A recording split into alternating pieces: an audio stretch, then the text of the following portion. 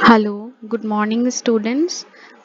आज का जो हमारा टॉपिक है वो आपके एलएलबी सेकेंड ईयर के इंटरप्रिटेशन ऑफ लॉज का टॉपिक है, जिसमें हम रूल ऑफ हारमोनियस कंस्ट्रक्शन पढ़ेंगे। इससे पहले मैं आपको जो इंटरप्रिटेशन के रूल्स हैं उसमें आपको मैं लिटरल और ग्रामेटिकल रूल और सेकंड वाला जो गोल्डन इंटरप्रिटेशन का रूल है वो पढ़ा चुकी हूँ। और आज हम थर्ड नंबर में जो इंटरप्रिटेशन के रूल्स हैं उसमें पढ़ेंगे हारमोनियस कंस्ट्रक्शन का रूल, राइट, जिसको हिंदी में कहते हैं सामंजस्यपूर्ण व्याख्या का नियम। तो इंटरप्रिटेशन के जो हम रूल्स पढ़ रहे हैं वो बेसिकली कि हम किस किस तरह से लॉ का इंटरप्रिटेशन कर सकते हैं। तो उसी का जो एक बहुत इम्पॉर्टेंट रूल है वो है हारमोनियस कंस्ट्रक्शन का रूल, जिसको हम थंब रूल भी कहते हैं। इसको थंब रूल क्यों कहते हैं मैं आपको बाद में बताऊंगी, लेकिन पहले बता देती हूँ कि रूल होता क्या है। तो जब कभी भी there is conflict between two और more statutes or two or more parts of statute, then the rule of harmonious construction needs to be adopted। यानी कि जब कभी भी ऐसा कुछ होता है कि दो लॉ आपस में कॉन्फ्लिक्ट कर रहे हैं किसी एक बात को कहने में, तो जो कोर्ट है वो कैसा इंटरप्रिटेशन यूज करेगी, हारमोनियस कंस्ट्रक्शन का, यानी सामंजस्य पूर्ण व्याख्या के नियम का को अडॉप्ट करेगी, उनको वो अपने उसमें इंटरप्रिटेशन में लेंगे। तो इस रूल की जो मोटी मोटी इम्पॉर्टेंट चीज़ है उसको हम डिस्कस करते हैं, ताकि हमें ये डिटेल में समझ में आए कि रूल ऑफ हारमोनियस कंस्ट्रक्शन क्या है। तो कोर्ट जो है जब भी rule of harmonious construction use करेगी तो वो क्यों यूज़ करेगी, to avoid a head clash of seeming यानी कॉन्ट्राडिक्टरी प्रोविजन। यानी कि जब दो लॉ ऐसे कुछ हैं जिसमें से कोई लॉ ऐसी बात कह रहा है कि जो आपस में कॉन्ट्राडिक्टरी हो रही है, यानी कि विरोधाभासी बातें हो रही है, ठीक है, ऐसा हमको लग रहा है उन दो लॉ से या उस लॉ के दो अलग अलग पार्ट से, तो जो कोर्ट है वो ऐसा प्रोविजन यूज करेगी जिसमें वो कॉन्ट्राडिक्टरी जो प्रोविजन है उनको as much as can harmonise them, यानी इतना वो उसको इंटरप्रेट करने की कोशिश करेगी जिससे वो एक हार्मनी क्रिएट कर सकें। वो कोर्ट जो है वो ऐसा नहीं करेगी कि हम एक लॉ को तो फुल्ली एप्लीकेबल कर दें और दूसरे लॉ को हम पूरी तरह से डिस्कार्ड कर दें, ऐसा नहीं करेगी। हमें क्या करना है, एक हार्मनी क्रिएट करनी है ताकि दोनों ही लॉ की जो चीज़ें हैं वो एप्लीकेबल हो सके और दोनों में जो कॉन्ट्राडिक्शन है उसको दूर किया जा सके। ठीक है, तो ये फर्स्ट प्रिंसिपल है किसका, हार्मोनियस कंस्ट्रक्शन रूल का। नेक्स्ट है, the provision of one section can not be use to defeat the provision content in other. यानी कि किसी प्रोविजन में अगर कोई एक सेक्शन है जो कि एक बात कह रहा है और कोई दूसरा सेक्शन है उसका इंटरप्रिटेशन हम उस तरह से करें कि वो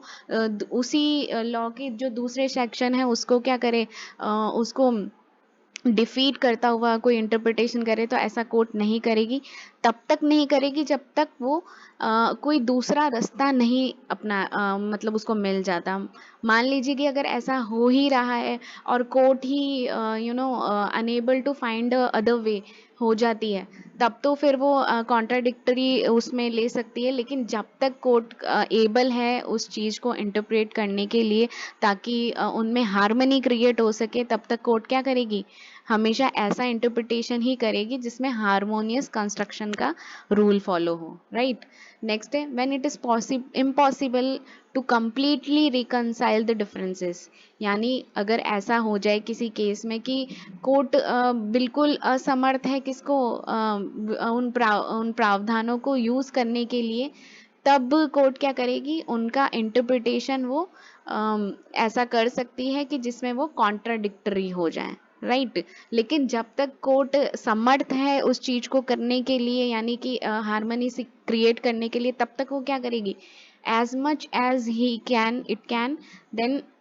it will do to create the interpretation like in a harmonious construction way, right। तो वो उनको करना ही पड़ेगा ताकि क्या हो, जो विरोधाभास है वो ज्यादा से ज्यादा कम किया जा सके, right। और हार्मनी करने का जो मतलब है, यानी कि जो हार्मोनियस कंस्ट्रक्शन का मतलब है, उसका मतलब ये बिल्कुल भी नहीं है कि वो किसी स्टैट्यूटरी प्रोविजन को क्या करे, डिस्ट्रॉय करे, या उससे उसकी जो रियल सेंस है वो लूज हो। ऐसा वो हार्मोनियस कंस्ट्रक्शन करते हुए बिल्कुल नहीं करेगी। यानी कि अगर किसी स्टैट्यूट में यानी किसी लॉ में कोई ऐसा प्रोविजन आ गया है जिससे हम हार्मोनियस कंस्ट्रक्शन करते हुए भी उसका रियल सेंस नहीं अडॉप्ट कर पा रहे हैं, तो हम क्या करेंगे, हार्मोनियस कंस्ट्रक्शन को यूज़ नहीं करेंगे। लेकिन हार्मोनियस कंस्ट्रक्शन यूज़ करते वक्त हमें ये देखना होगा कि हम उस लॉ का जो मेन पॉइंट है या जो मेन उसकी व्याख्या है वो तो डिस्ट्रॉय नहीं कर रहे हैं, या उसका जो मेन क्रक्स है वो तो लूज़ नहीं कर रहे हैं। तो इन सभी बातों को ध्यान में रखते हुए ही हम क्या करेंगे, हार्मोनियस कंस्ट्रक्शन के रूल को अप्लाई करेंगे। अब ये जो हार्मोनियस कंस्ट्रक्शन का रूल है, ये बहुत सारे केसेस में आपको मिल जाएगा जिसमें कोर्ट ने ऐसा कुछ कंस्ट्रक्शन अप्लाई किया है जिसमें दो लॉज को कोर्ट ने हार्मनी के तहत उनके में विरोधाभास होते हुए भी उनका कंस्ट्रक्शन किया है, ताकि क्या हो, एक बैलेंस्ड बना रहे, ना कोई एक लॉ का कोई प्रोविजन सफ़र करे, ना ही दूसरे लॉ का कोई प्रोविजन सफ़र करे। तो इसका जो एक बेस्ट एग्जाम्पल है वो मैं आपको कॉन्स्टिट्यूशन से देना चाहूँगी, जो कि अपने कॉन्स्टिट्यूशन के फंडामेंटल राइट्स और डायरेक्टिव प्रिंसिपल का जो रिलेशन है वो भी बताता है। तो ये केस का नाम है रे कैलरा एजुकेशन बिल, जो कि 1957 का केस है, और इसमें सुप्रीम कोर्ट ने उस वक्त ही हार्मोनियस कंस्ट्रक्शन को यूज़ किया था। और वो क्यों यूज़ किया था, उन्होंने ये इस केस को हेल्ड करते हुए ये बताया था कि जब भी हम फंडामेंटल राइट और डायरेक्टिव प्रिंसिपल्स में से किसी हम जब भी ये बात करते हैं कि इन दोनों में से किसको प्रिवेल करना चाहिए, या फंडामेंटल राइट बड़ा है या डायरेक्टिव प्रिंसिपल बड़ा है, या हमें किसको ज़्यादा तवज्जो देनी चाहिए, तो कोर्ट ने ये बता दिया हार्मोनियस कंस्ट्रक्शन रूल का यूज़ करते हुए कि ये जो दोनों ही चीज़ें हैं, ये क्या है, इनको हमें ऐसा कॉन्स्टिट्यूट करना चाहिए together, constitute an integrated scheme, यानी कि ऐसा कंस्ट्रक्शन होना चाहिए कि फंडामेंटल राइट्स भी सफ़र ना हो, एज वेल एज हमारे जो directive principles of state policy हैं वो भी सफ़र ना हो। तो कंस्ट्रक्शन कैसी हुई, हार्मोनियस हुई, ना कि किसी एक को बढ़ा भी नहीं बताया है और किसी एक को डोमिनेटिंग नहीं बताया है। कंस्ट्रक्शन कैसा कि हार्मनी बैलेंस करते हुए कंस्ट्रक्शन की है, यानी सामंजस्य स्थापित करते हुए उसका उन्होंने इंटरप्रिटेशन किया है। और ये जो बताया है इनके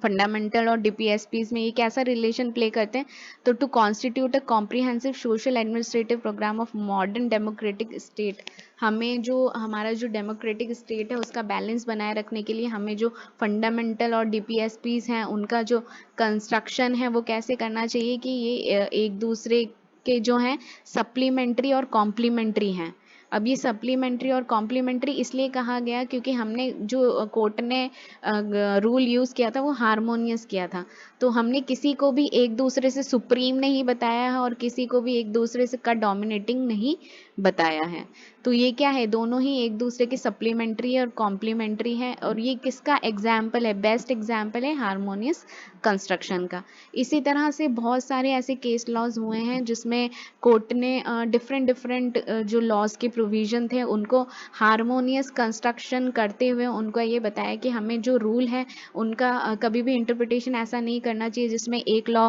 पूरी तरह से सफ़र हो जाए और दूसरे लॉ को हम प्रोमिनेंट पोजीशन दे दें। हमें उनका एक बैलेंस बनाते हुए उनका इंटरप्रिटेशन करना चाहिए ताकि कोई भी लॉ डोमिनेट नहीं हो और कोई भी लॉ फुल्ली अप्लाई, मतलब फुल्ली अप्लाई तो हो but not in a sense to dominate the other one, right. So this is known as harmonious construction. इसके और भी बहुत सारे एग्जाम्पल्स हैं जो आप, ये मैंने सोर्सेज दिए हैं, इसमें बहुत सारी थ्योरीज हैं, एग्जाम्पल हैं, आप इनको फॉलो करना। और हारमोनियस कंस्ट्रक्शन से रिलेटेड अगर आपको और भी कोई चीज़ें जो समझ में नहीं आए तो let me know on my WhatsApp group. Alright, thank you so much students.